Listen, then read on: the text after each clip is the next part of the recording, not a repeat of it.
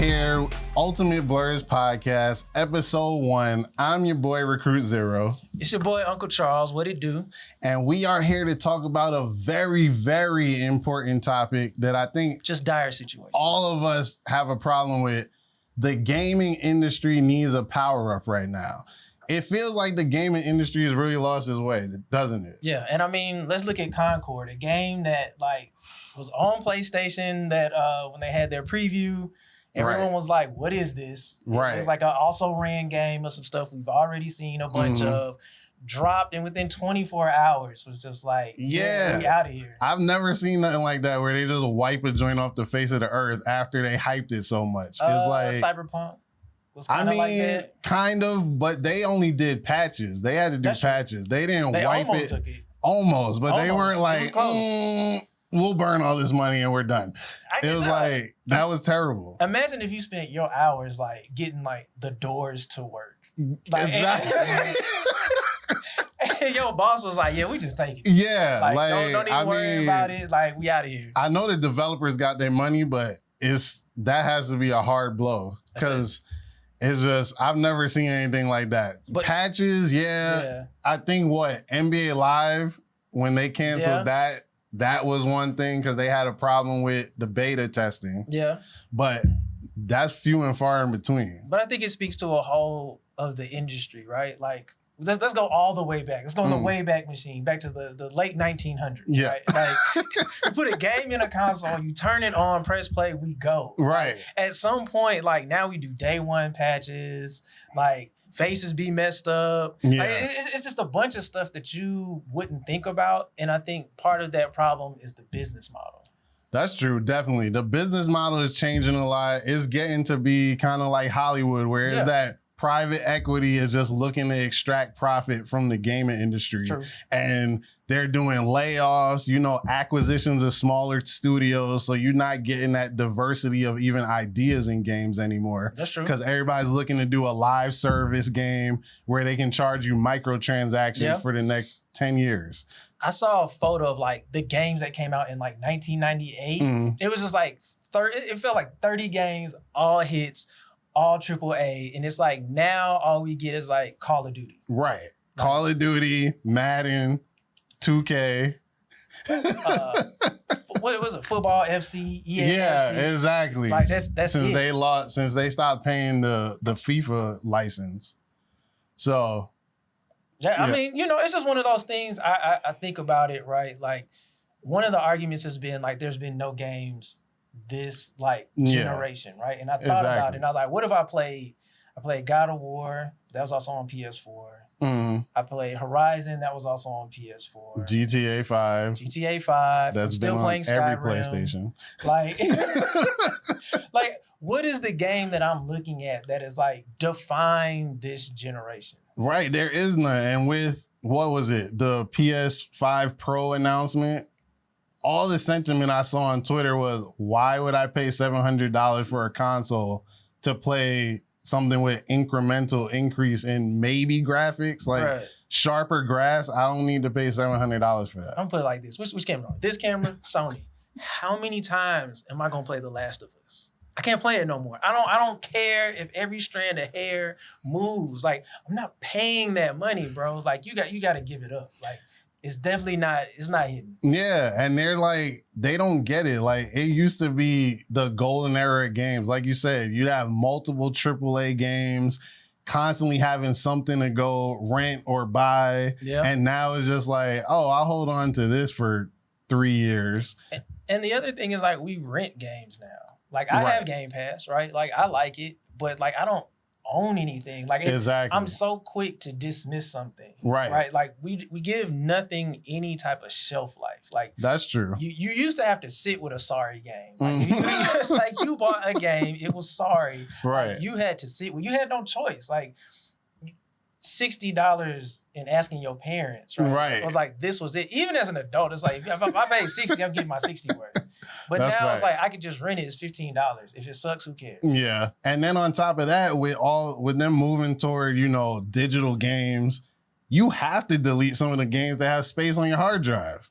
Yeah. Because unless you install a larger SSD or something, then it's like, oh, my console can hold 4 games. I mean, Call of Duty take 200 gigs. Every time you want to download just part of it, you download Warzone, that might be 300 gigs. I think it's also like just the cash grab, right? Like everything is a microtransaction. Everything's a skin.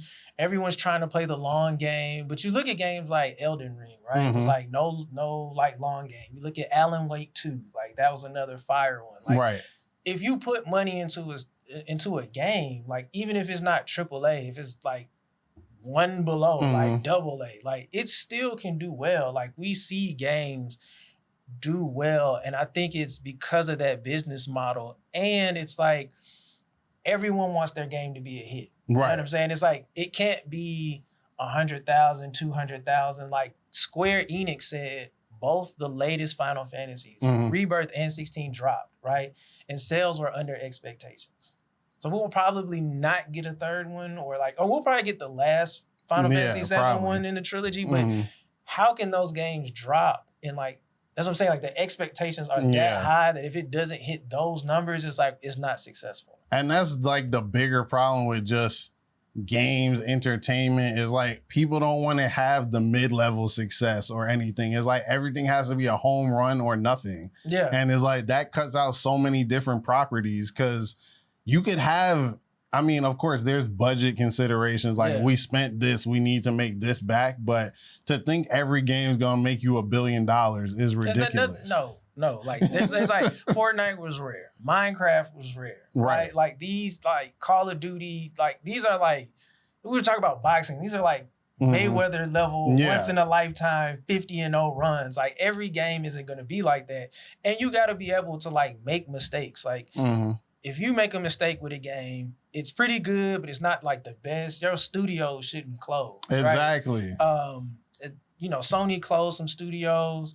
Microsoft has been closing the hell out of some studios, right? Like Hi-Fi Rush, I think their studio closed. Like, bro, like how are you just like, again, I guess it's because it's not hitting those numbers. It's like, well, we'll just kind of close it. It's like, but those are the games that like keep the industry thriving, right? Exactly. I like going to see Marvel movies, but I like the thriller, the noir, like the lower level indie movie. Even my Tubi movies, you know what I'm saying? Like, I need all of those things. I can't just big budget 100-hour games. Exactly. Every release. Like, and then I'm an adult.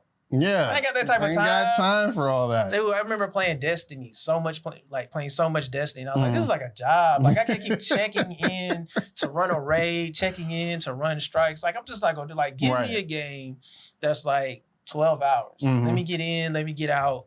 Let me have any experience. I'll be like, bet, I'll come back for the sequel. Right. Because the sequel's always better. That's true. And it's just hard because, development times going up, game prices going up, developer crunch, all of that is just all these different factors that's not really giving gamers the experience that they need. You get Microsoft to buy Activision and say, listen, we're going to do right by y'all.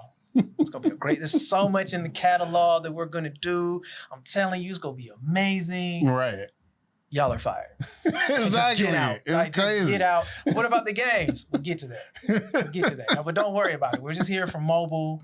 Everyone wants like that mobile. Again, everyone's chasing like that long tail and forgetting like if you put in the quality over time, like that's where the audience came from. Like, exactly. Gears had that audience from Gears 1. Exactly. Right? And it wasn't I just finished like Gears like last month just to go through it again. That game wasn't long. Right. Like it wasn't like it was doing all this stuff. I mean, it was back then, but even still. And it was just so tight of an experience. It was like, I'm gonna come back for the next one. Right. And I'm gonna come back for the next one. You get these long games, it's just like you left stuff out. Like just right. There's no really investment anymore. It's like, all right, that was cool. And either I finish it or I don't, or I usually don't. Yeah, and it's like, all right, sequel, I watch the ending on YouTube. Yeah. That's all I'm gonna do. Like I'll just go on Twitter. Right. But I mean, I think it speaks to another issue as well, which is like games media or the lack thereof, right? So like we have a lack of games and like a lack of games media. Right. Back in the day, like you remember like the stuff we used to read back in the day, yeah. like the sites back in the day. Like we used to have Tips and Tricks magazine. We used to have Official PlayStation magazine, which bring demos back. Because Official PlayStation magazine, demo disc? Bring demo disc back. That's part of y'all problem. Y'all don't have no demo disc. We not trying to pay $60 for a whack game. We need to test that joint out. So we used to have. They know it's a problem. Right. They got no day one patch. Right. They know. They know. So we used to have that. We used to have Game Informer, Nintendo Power, EGM, Electronic Gaming Monthly, Game Pro. Had so many different magazines, right? So many different magazines where people would really dissect the culture, really dissect games, give you that background on learning what development is like, learning what the game was going to be like. So you really have that investment. Now it's just give us $60 to $70 and the game might work day one. And part of the issue is like the internet, right? Like, so like now, companies don't need a media middleman. Like That's before, true. Like back then, if we wanted to learn about a game, we had to go there. Right. Like developers weren't talking to people. Yeah. There was no Twitter account like no Twitter where they were just games like coming out soon. Yeah, like we had to go there for the trailer. Like remember screenshots? Like remember it's like people used to like look for screenshots. That's true. And now it's like I could just give it to you direct. Right. Like I could just drop this. And so like the need for games media, you know, kind of got out of the way. And then also we shifted, right? So it's like we don't like sites, we like personalities. That's true. The rise of the YouTuber really impacted games journalism because you don't need to see this person write an article, especially with people's attention spans now. Yeah. You're not going to go read an article when you can watch the guy play the game and really learn what the game's about. So you have that. Oh, shout out to G4 TV. That's another one, old school, Adam Sessler, we used to love. Adam Sessler, Morgan Webb. They used to be out there really giving us an insight into the game. So G4 TV was a foundational property too. Yeah, it definitely was. I think one of the things that people don't like to say, and we know it's like there are people who do it for the love, right? Right. But let's just say like I'm Capcom, right? Mm-hmm. Why give it to somebody who, you know, has like certain journalistic standards. Right. When I could give it to a couple hungry YouTubers. Right, who'll say what you need. Who'll say what I need, who won't really talk about the game badly. You know, and just be like, this is the most, like, because there was a trend at one point where like everyone was like hyping everything. That's true. Like on Twitter when the game dropped, I was like, I'm crying. This is so good. This is like the most amount. Like, bro, that's not even that great. Right. Like, what are we talking about? It's like, what? How much they gave you? Like, how much they gave you, though? But it's like, it's easier, right? Like, so it also goes back to that demo point. Like, instead of like playing a demo, I just go on Twitch and watch somebody play. That's true. So like, and right, we had the websites, the YouTubers, that really constricted games me up. Then journalism getting constricted as a whole, like even outside of games, newspapers closing, advertisers not paying the same, magazines closing. So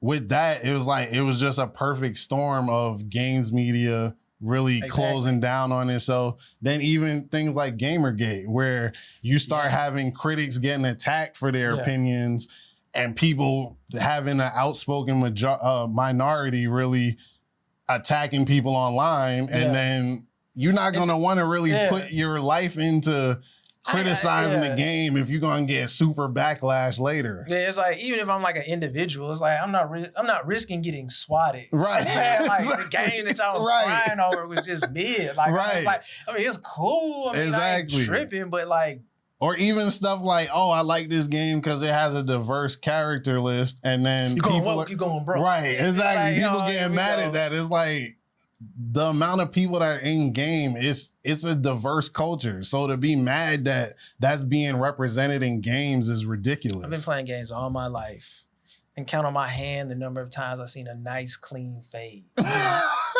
Like you got the Killmonger swoop over now. No, not the Killmonger. No, that's the new thing now. Like it used to be like as like black people, we had like 5 hairstyles, right? We had the cornrows, the fro, the baldy, and then like some type of like fade, high top. Like, right. It kind of worked. Sometimes you get, depending on how good the game engine is, you might get some weird looking locks. Oh yeah, you definitely get the locks, but it's like the bob locks, like the joints that go like no, it's like no one's really. But it's like if we talk about that, right? It's right. Like every time I play a game where I could create a character that's in somewhat, they have like a human race, like that you could choose from. Like yeah, I'm making someone black. Right, exactly, and to have that is like.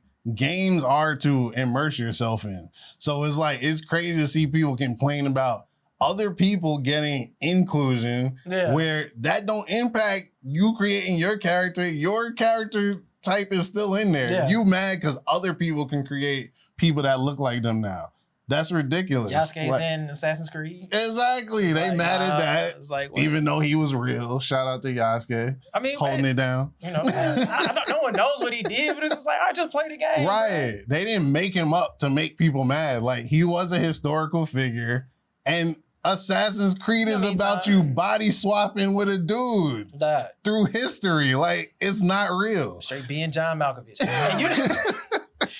how many times I played this default video game character, and I was just like, this is an amazing game. Right. This is great. I've never been mad about like, playing somebody not black. But when I get to make a black character, that's dope too. Like, I think about Franklin, my man from Mafia 3, Black Shepherd from Mass Effect. Yeah. Just made him black, sleeping with everybody. I had to sleep with everybody on the game. At least try. Mass Effect did give you them options. Yeah, I mean, but like, that's the thing. But I mean, again, no one wants that type of. It used to be a time where, like, if you did talk about games, right, if you were coming like away from games media, like we would follow you, and if people didn't like you, they just turn you off. But you were able to build a community, right? And now it feels like building a community can feel like I don't want to say life threatening, but it's like, I want to enjoy my time online, say what I want to say, and like keep it moving. Exactly. I don't want to have to be like, oh, I offended this group over here, and this other YouTuber doesn't like it, so like now they got to talk about it, and now I'm in the comments, and so but I do think like in losing games media, we lost that mystique, right? Yeah, for sure, because there's so much engagement that you could have in those type of groups, but now it's like so much tribalism of, oh, I'm strictly following this YouTuber and I'm going to stand for that YouTuber. And if they beef with this person or they say they don't like a game on their channel, then I don't like the game. Like, you haven't even played the joint yet. Exactly. That's like, what are we talking about? You know what I'm saying? But like, it's just such a simple. I really do think, I said this one time, I wish developers would go back like straight Willy Wonka style. Like, we ain't giving y'all nothing. Just like a drip. Like, just drip it out. Like, y'all don't deserve to be like in every, like, cause y'all don't act right. Right. You know what I'm saying? Like, we draw in.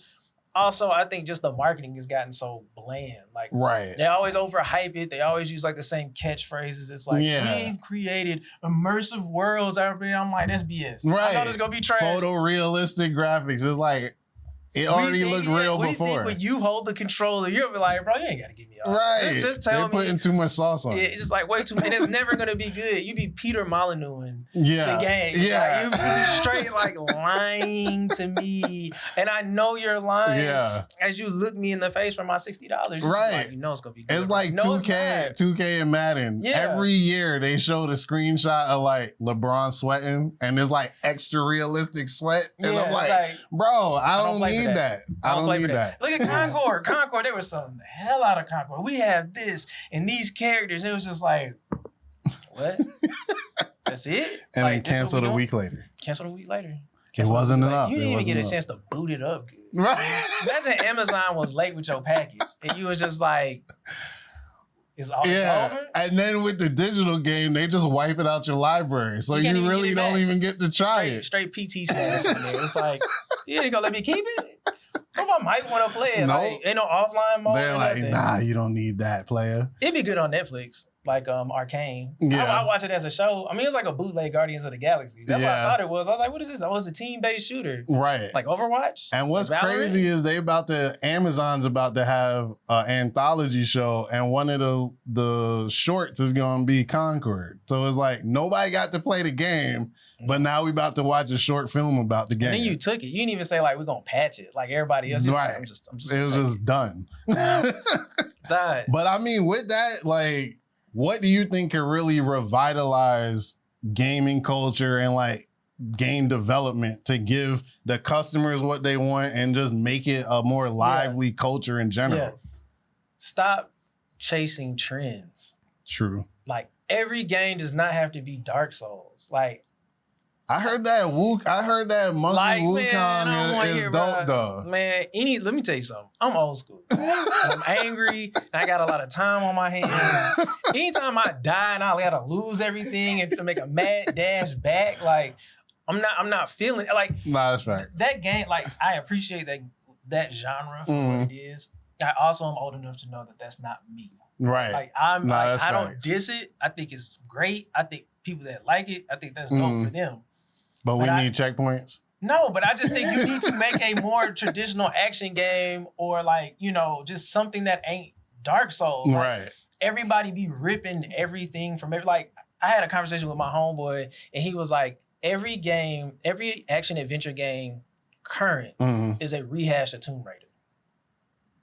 I never thought about it. Tomb Raider was dope. It was dope. But it was dope. And I'm not talking about old PlayStation Tomb Raider. I'm talking about the trilogy. Oh, the reboot? The reboot. It's all rehashes of Tomb Raider. What do? You climb up walls.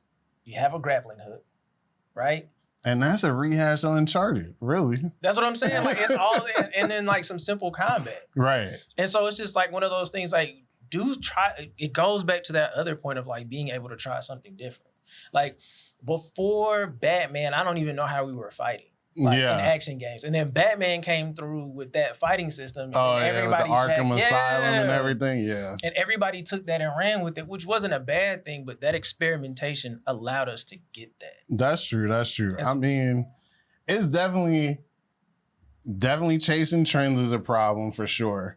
We need, because that's a problem across media. Like we get that with movies. We don't get experimental scripts anymore because everybody's like, well, they made money before, so we'll just do that again. But it's like, it's diminishing returns and they don't keep the culture fresh. Yeah. It's like, we need to fix that. We need to get more positive online communities because like anybody who's been in a Call of Duty lobby, you know what I'm talking about. It's toxic, super toxic. And everybody's a casual gamer. They don't want to have to deal with that. You come home from a 9 to 5 to a little 12-year-old talking stuff to you. I turned the chat. I turned the chat to friends. I realized this. I was like, everyone doesn't get like the ability, permission, and like privilege to talk to me online. Nah, that's facts. Like that's a good mindset. That's a good mindset. You don't just get to talk to me because we online. Like I don't know you. I don't know what you got going on. I probably don't even want to talk to you. Like, and that sounds like elitist, but it's just more so like, this is my private space. Like, not only that, like, it's not like someone talking to you face to face. Right. Like, them dudes be in your ears. Yeah. Like, it's a very, like, it sounds wild. It's a very intimate setting to be in my ear, like, telling me some BS. Like, or hearing them cooking dinner in the background. Yeah, bro.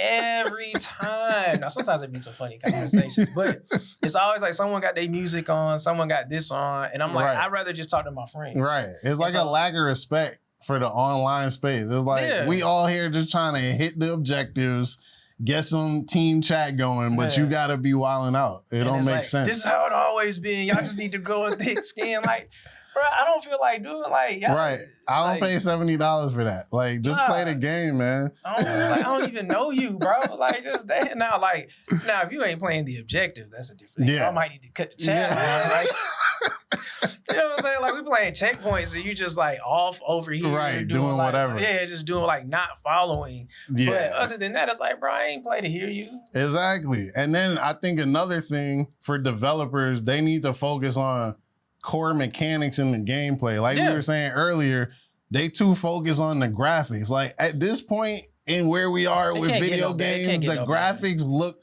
I've had people come to my house and see me playing Madden and think football was on. We got enough graphics. We need the core mechanics to work and be enjoyable. We do. Because without that, I'm not playing 100 hours of something that feels broken. That's true. I'm trying to think of like, what's something new that came out and a mechanic that I was just like, this is dope. And I was like, for me, it was Helldivers 2. Okay. Because Helldivers, that joint, it's janky, but I love it. I mean, it works. It's like you call in your stratagems, you gotta punch in the directional buttons. Messing up right, and you start panicking. You're like, no. Right, that's a great mechanic. That is dope. Like it gives you stress, but it's the right amount to keep it exciting because the missions are pretty repetitive over time. But that makes every experience feel different. It does. So that loop, that gameplay loop. Let me put it like this. When I say janky, it's like that mid-tier game that has like that level of jank that's just like you appreciate. Like people be sleeping like it's the most polished thing. Like nah, like I like in Skyrim I can run up a jagged mountain. Like, I know this you had a path this way, I can go this way, but I like glitching up the mountain. Like I like that about my video game. It's like, that's true.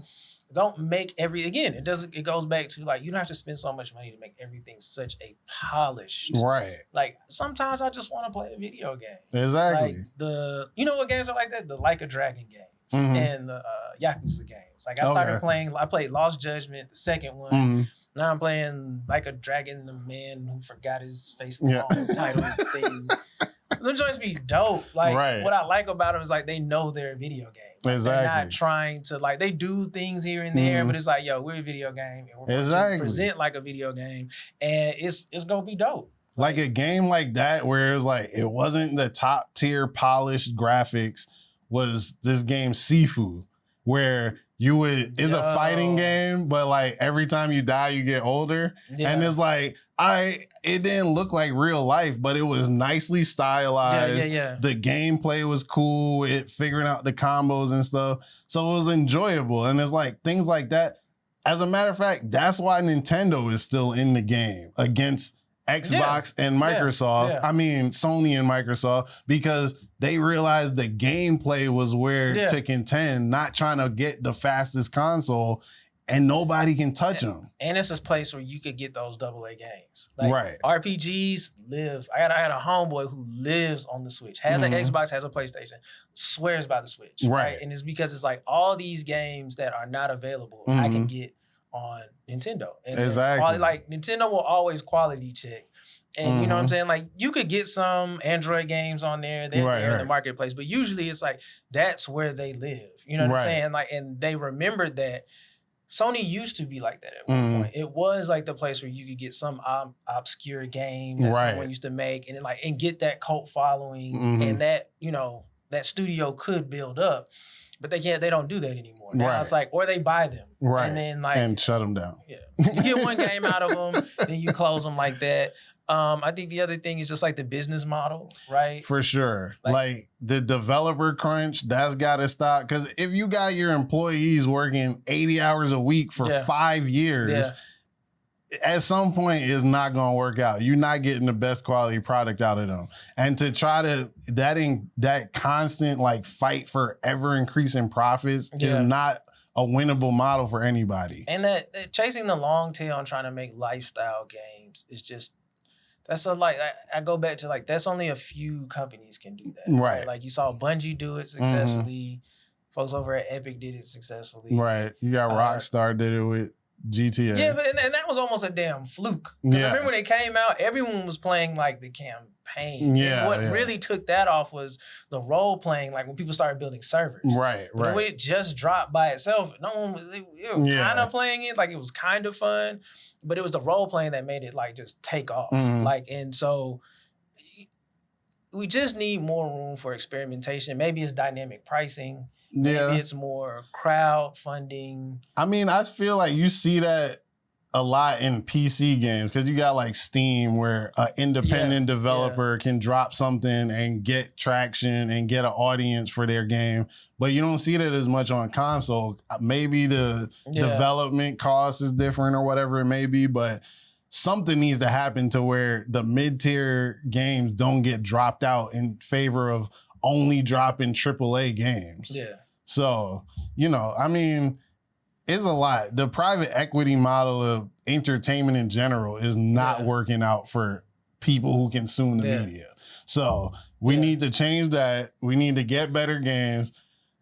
PS5 Pro, until something come out, I don't think that's going to hit. So Sony, somebody need to talk to somebody about that. Last question. What game are you looking forward to the most this generation, if it ain't out yet? GTA 6.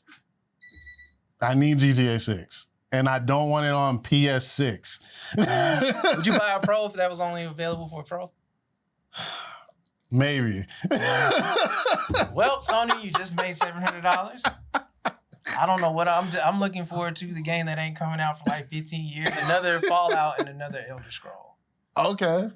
So, yeah. I don't care if they play the same. That's one I'm letting slide. All right. So yeah. Well, I think we had some good ideas for how the gaming industry could glow up. Yeah. And get back to where it used to be. Exactly. So this was Ultimate Blerds, episode 1. I'm your boy Recruit Zero. I'm Uncle Charles. And we'll see you on the next one. Peace.